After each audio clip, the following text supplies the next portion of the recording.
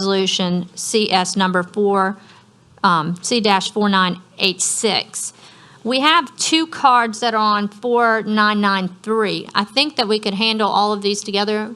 It would be my recommendation that we essentially ask the audience, the two members that have asked to speak, to come and speak on 4993, and then we make a motion to move all these items to the next, postpone to the next hearing, to allow time for us to review these reports. Okay, so, all right, I have two cards, so do I need to go out of order and call it? They're both on 4993. So should we just call that one up? Okay, so we'll go to item number 15, resolution CS number 4993. It looks like I have a Neil Wagaspak and a Chuck, I'm sorry, I can't read, LaMarche. Are they still in the audience? Okay. Whichever one you have 3 minutes if you'd like to come to the podium and speak.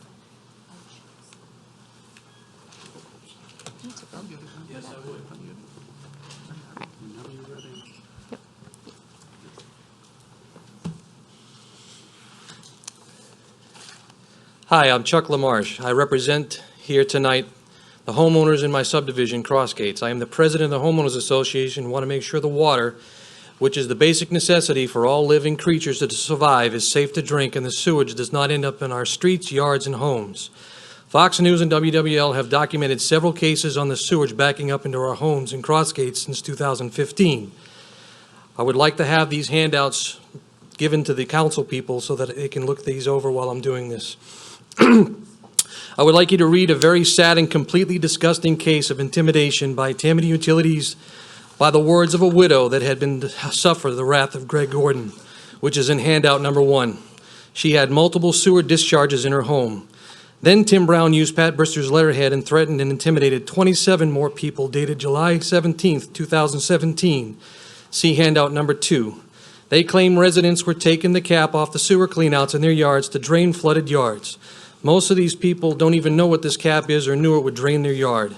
If the floodwaters were so high that the lift stations were overwhelmed and these caps had to be supposedly removed, the water would have had to be a few feet high in the yards. That means that we would have had a Katrina-like event for water to be that high in the yards. Some of these cleanouts stand 2 feet high. The second physics lessons would be that the sewer lines, if they were so overwhelmed and under tremendous pressure, if the caps were actually taken off, the water would have actually pushed its way back out into the yard, not the other way around. This has been explained to us by people who move water every day, that it would be impossible for water to move this way that Tim Brown describes in these letters. Thus, it did not happen the way Tim Brown had stated in these letters. Tammany Utilities East claimed they did a smoke test and showed these sewer pipes leak smoke. But there were several witnesses who will sign affidavits to show no smoke was seen anywhere. This test was performed on June 14, 2017, according to TU East's records, which is the same date, by the way, that they reported a sewer leak incident that is also recorded in there. Please see handout number 3. Also see the emails that are attached for an explanation that they knew there was a problem with the way the sewer lines moved water incorrectly. In the DEQ single point of contact report is filed by Tammany Utilities, the report states that the discharge specifically began on June 14, 2017 at 1 p.m. and ended at 2:30 p.m. and approximately 1,000 gallons of sewage overflowed. In the written SPOC excuse given to DEQ was sewer overflow at manholes due to residents removing cleanout caps to drain stormwater from the yards during heavy rain event. Found 15 open cleanout drainage yards to the sewer system. This overloaded the system. Yet in the letter sent to the residents, it clearly stated that on June 14, 2017, Tammany Utilities smoke tested this system. All of this information is wrong, and according to the Slidell office of the National Weather Service, it did not rain on June the 13th, 14th, or 15th, and it only rained 0.22 inches on the 16th, 2017. I'd like to continue if possible. We'll give you 1 more minute. You can't smoke test a sewer line that's full, and quite frankly, this means that the utility lied both to the public and the DEQ. This neighborhood has been fighting for safe water, being inundated by, and also having sewage in their yards and homes for years. They have tried and exhausted over fighting for what answers why Tammany Utilities East can continue to produce poor results with uncertified people who are not trained to operate water treatment systems or sewage water waste collection. See handout number 4. My team of investigators have uncovered many contradicting facts, misleading statements, and flat-out lies, cover-ups, and sensitive reports. Because of time constraints here this evening, I cannot read these reports and show the evidence of the statement I just made, but will be more than happy to share this evidence we have uncovered with any member of this council who wants to know the truth. The reason I've brought this up to your attention is you would have had to sign off on this spillage report from Tammany Utilities for 2017, which it showed that there were only 3 spills in the entire year of 2017. We had 4 spills on April 14, 2018. Do you really think we only had 3 spills in the entire year of 2017?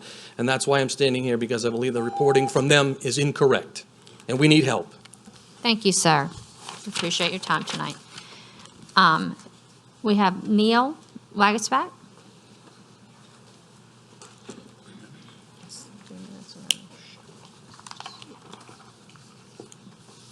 That's a different timer. Here. Hold on. I'm here tonight to represent the homeowners of my subdivision, Turtle Creek. Our sewage and water problems extend to the residents in the Landings, New Cross Gates, Willowwood, Old Cross Gates, the Bluffs, Autumn Lake, Honey Island School, and Cypress Cove School in East Slidell on the east side of St. Tammany Parish. There was a sewer discharge that occurred on December 28, 2017. Raw sewage was left unaddressed by Tammany Utilities East for weeks and occurred right outside of the Turtle Creek subdivision in front of Honey Island Elementary. The discharge jeopardized the safety of the faculty and students at the school because they had classes a number of days while the raw sewage sat in front of the school building unaddressed by Tammany Utilities. Recently, April 14th, I became involved in a growing number of sewer problems we're having in Turtle Creek. On April 14th alone, I made several reports with regard to raw sewage coming out of the manholes under pressure and draining into the drainage collection system, ultimately headed out to the Pearl. I later found out that the station causing the problems on April 14th was the East Essex lift station in Old Cross Gates, and that the issues of the station were well known and documented by Mr. Gordon. It is unclear how long Mr. Gordon has been aware of the true nature of the problem. The problem is that 4 to 5 lift stations that collect Turtle Creek and East Military Road all daisy-chained together and feed this East Essex station before heading to another lift station, Herwig Bluff, and then ultimately the treatment plant. The force main connecting this East Essex station to Herwig Bluff is a 4-inch diameter force main and severely undersized, has been for some time now. The poor residents around East Essex Station have had sewer dumped on them for quite some time. This has been going on for so long, uncorrected, that the residents around this lift station refuse to pay their HOA dues because they live in a sewer dump. I'm going to leave the sewer issues we're experiencing, but to say that, in my opinion, the sewer issues discussed tonight by Mr. LaMarche and myself were in no way indicative of the facts presented in the MWPP before the council for approval tonight. It's since been pulled, but the problems we face as a result of Tammany Utilities share one common thread: that Tammany Utilities East lacks qualified personnel, supervision, and certification or licensure to properly sanitize and supply safe drinking water and to collect and treat wastewater or sewer. For the same reasons above, I filed a complaint with LDH concerning Tammany Utilities East lack of operator qualifications and certifications. The local operator, Mr. Richard Glenn Dodro, does not possess the required certifications to effect treatment and sanitation of the Tammany Utilities East water distribution, production, or treatment system. None of the staff shown on these org charts that I've just presented to the council possess the appropriate drinking water production and treatment licenses. The same operating staff for Tammany Utilities East is also void of the appropriate wastewater sewer collection certifications that would qualify them to collect. We'll give you 1 more minute to do a conclusion.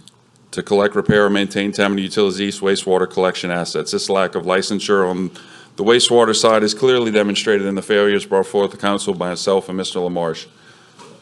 Our point to note, our so-called designated operator, Mr. Aaron Davis, who has allegedly been integral to our plant, somehow never appears on any of the Tammany Utilities East org charts in said capacity. You'll note the 3rd page, Mr. Aaron Davis appears on the Tammany Utilities West org chart provided as a maintenance specialist for, My request to Mr. Gordon, Mr. Brown, and Councilman Belisario previously to have a meeting with Mr. Davis was denied and failed to receive any acknowledgement by the administration. Coupled with the wastewater and sewage problems, there are also safety and health issues associated with water production. Ultimately, I'm running out of time, so I'm going to cut things short. My involvement in all of the issues surrounding Tammany Utilities East has taught me one very valuable lesson. Each and every resident I've had the pleasure of speaking with seems to blame Ms. Brister and the administration for the events that have been allowed to transpire uncorrected. Thank you, sir. I see that Mr. Belisario, you're in the queue. Before we go to you, and we have a motion, I would recommend that a motion be made to postpone item number 8, Resolution CS number C-4986, item number 9, Resolution CS number C-4987, item number 10, Resolution CS number C-4988, item number 11, Resolution CS number C-4989, item 12, Resolution CS number C-4990, item number 13, Resolution CS number C-4991, item 14, Resolution CS number C-4992, item 15, Resolution CS number C-4993, and item number 16, Resolution CS number C-4994. We have a motion by Mr. Groby, a second by Mr. Belisario. Normally, I mean, there's not, I'll let you have a comment, Mr. Belisario. Normally, the motion before us is a postponement, but I'll go ahead and give you the floor. Can you? All right. Okay. You should be. No mic yet. Okay. Okay. Okay, thank you very much, Madam Chair. I have been dealing with this problem when I was Crossgates HOA president in 2007. So this is nothing new to me. Things went well after that particular incident that dealt with a widow that Mr. LaMarche spoke about. Problem is resurfaced in 2014 up through this year. There are a myriad number of issues. I got involved in the MWPP because I wanted to learn this report and understand the report. I met with Ms. Gina last Wednesday, and then on Tuesday I met with Gina and Greg Gordon to go over the report, and we agreed to make changes in the report, and I got a change to that report yesterday, reviewed it late last night, and there's issues I have told Greg I want to go over. As he describes to me, this is a state report, but he's telling me, which is that this is the user supports this report to LDEQ. It's really for internal reporting purposes. The public doesn't know that. There's nowhere on the report that goes in that shows that. And I think what I'm seeing based on yesterday, Greg and two of his personnel took myself, Steve Leach, who's back here, and another gentleman named Tom Johnson. We took a very productive 2.5-hour tour yesterday looking at lift stations. I saw some where money has been spent. They've turned around. They are in much better operation. I've seen some, East Essex, that Mr. Wagasback talked about. I put forth an idea. That's going to be expensive, but I think it needs to be done. The East Essex lift station was put in 1977. It doesn't even have a door. It's a rectangular window. You have to climb inside of it. The only door was on the other side of it, which is for CLECO equipment. I believe the staff has difficulty working with that. It's an undersized lift station that over time, as more development took into the area, I found out recently that there were 4 lift stations leading to that. And the output to take it to Herwig Bluff is only a 4-inch line, but Greg educated me on yesterday that there's really 5 lift stations out of Turtle Creek going to East Essex. I brought up yesterday as a part of the discussion with talking to one of the neighbors who's been dealing with this since 1984, that we look at relocating that lift station. There is some land that's open. I've been advised it's parish-owned property going way back to when Miramon developed those early phases of cross gates. I think we need to look at that or make some really significant changes to the East Essex lift station, or take lines and direct those 4 or 5 lift stations at Turtle Creek to the waste treatment facility rather than through East Essex. I've talked to people there. They're just tired. They're exasperated with the stress that they've lived with. And it's how it was designed. The gentleman who was sitting over here before talking about the fire district, what he described is what has happened to Crossgates, Turtle, all those with the development. The stations that were built were not large enough, and the equipment was dated. Greg was very open and transparent yesterday about each lift station. Steve can corroborate that. We went through, I believe, 10 lift stations. Progress is being made, but we're not where we need to be. We're looking at capital infusion. We have to look at, right now, this year, Gina and Pat have put money together to look at redesigning a new waste treatment plant to replace the one that was licensed in 1977. And sometime this year, they're going to get that finished, and then, as Gina said, then we need to find the money to fix that waste treatment plant. And the more and more I think about this, we have work groups and committees for different things, and for years, we have never had one for the utility company. I'm proposing tonight as a part of this that we need to form a work group of council members, because we don't really get involved in this until we get these reports. And most of us look at the reports, we don't have the background or the education or the work experience to fully understand them. And I think it behooves us to go to a more proactive position and form a work group and work with the administration, with Tammany Utilities, to better understand what's going on. Because I've been getting untold number of questions, texts, you name it, I get it. I've got an activist area. I was one of the people who created the activist in the area, so I'm paying for that, and I accept that. We have got to fix this problem.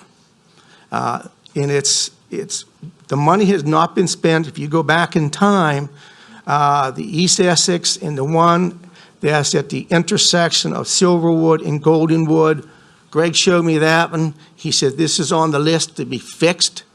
He's dissatisfied with, his staff was dissatisfied with it. Steve and I were just looking at it. It's like, this is an operating lift station? If anybody had that near to their house, they would have walked away. It's what we got when we bought the utility company. And now it's come the time that we have to pay the price and fix that and turn things around. I feel I have to make this statement because I firmly believe we've got to set up this utility work group to learn more and work with the administration on all of TU East and West. This is not a localized issue just with the East. If you look at the resolution we're going to approve, the very last one, you'll see a list of items for the western side of the parish that goes on and on and on. Greg and his staff, once they've consolidated with Gina's assistance, to allow individuals to work across the parish rather than in one designated area is working for us. The two gentlemen who were with us yesterday were really Tammany Utilities West, and they are learning our area and learning the equipment and seeing the problems. So I think, to me, the only conclusion we have is we have got to find out and have a better understanding as a council of what goes into the MWPP report so it makes sense. I do not accept a number of spills. I looked at 4 years' worth of reports. There are no spills designated for 14, 15, and 16, and I know damn well there were spills. I was there when some of those happened.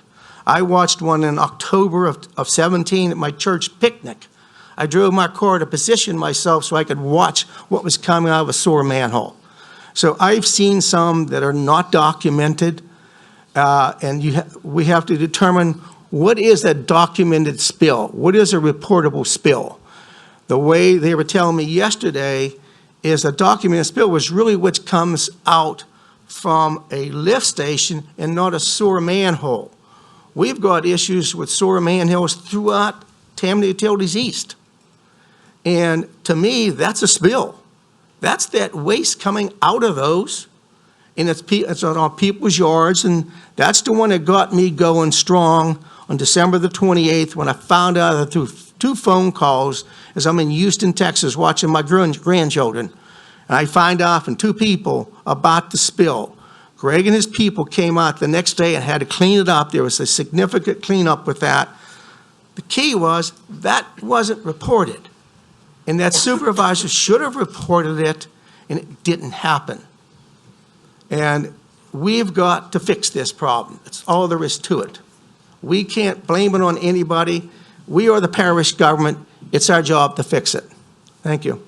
Thank you, Mr. Bellisario. Mr. Groby, I see that you're also in the queue. I'll remind you that the motion before us is a motion to postpone. I know that you'd like to make a few comments. If you could please keep it brief. This will come up next month, as you know. I'm gonna give you. Thank you.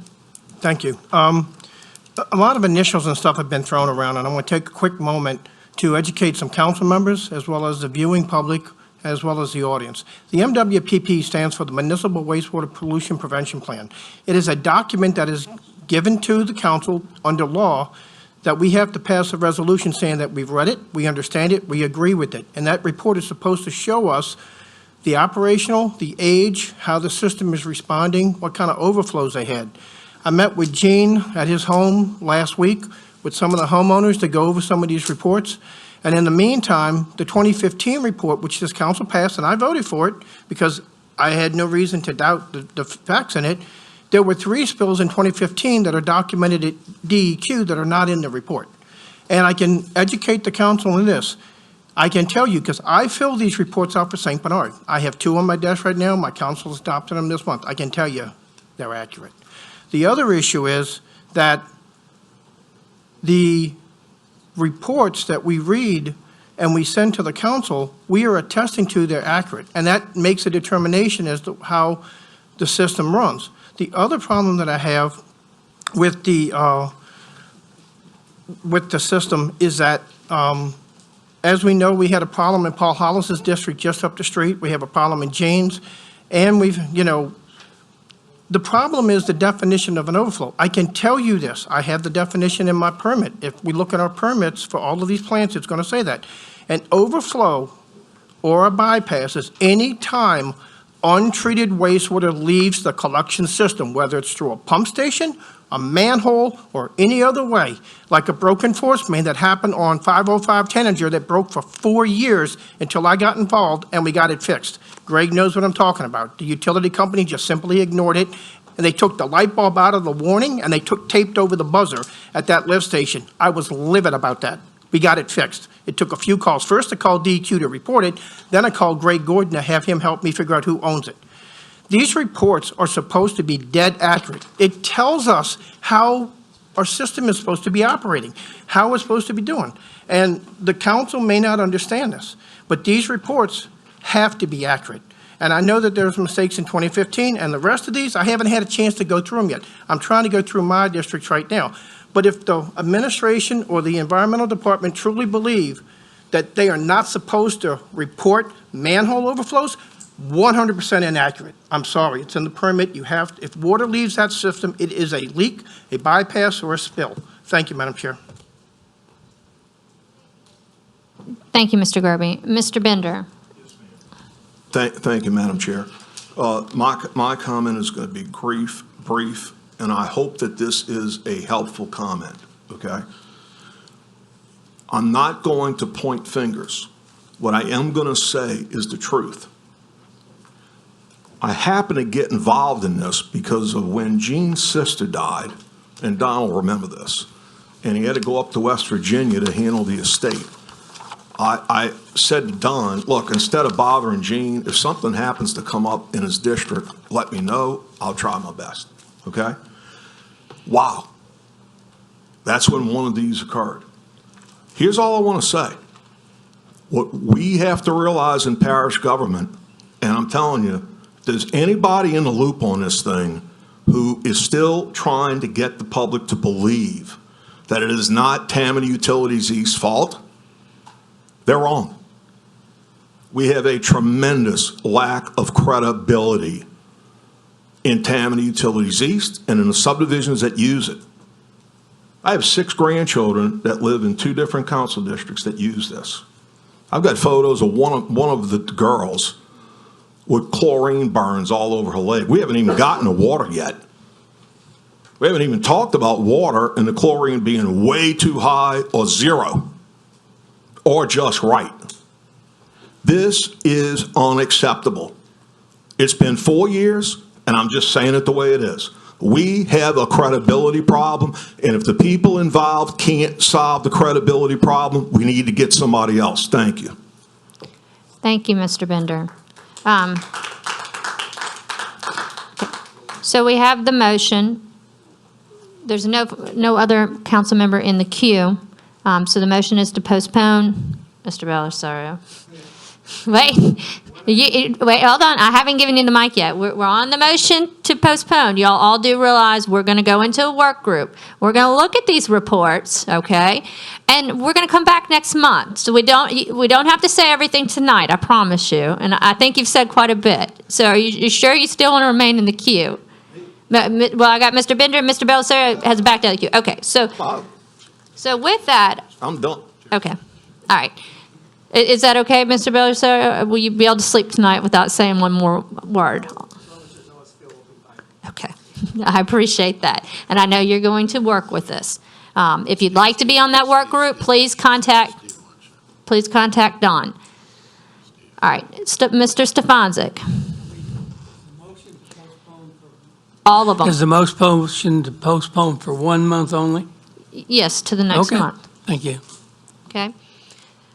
With that being said, no other person in the queue to speak. Please vote.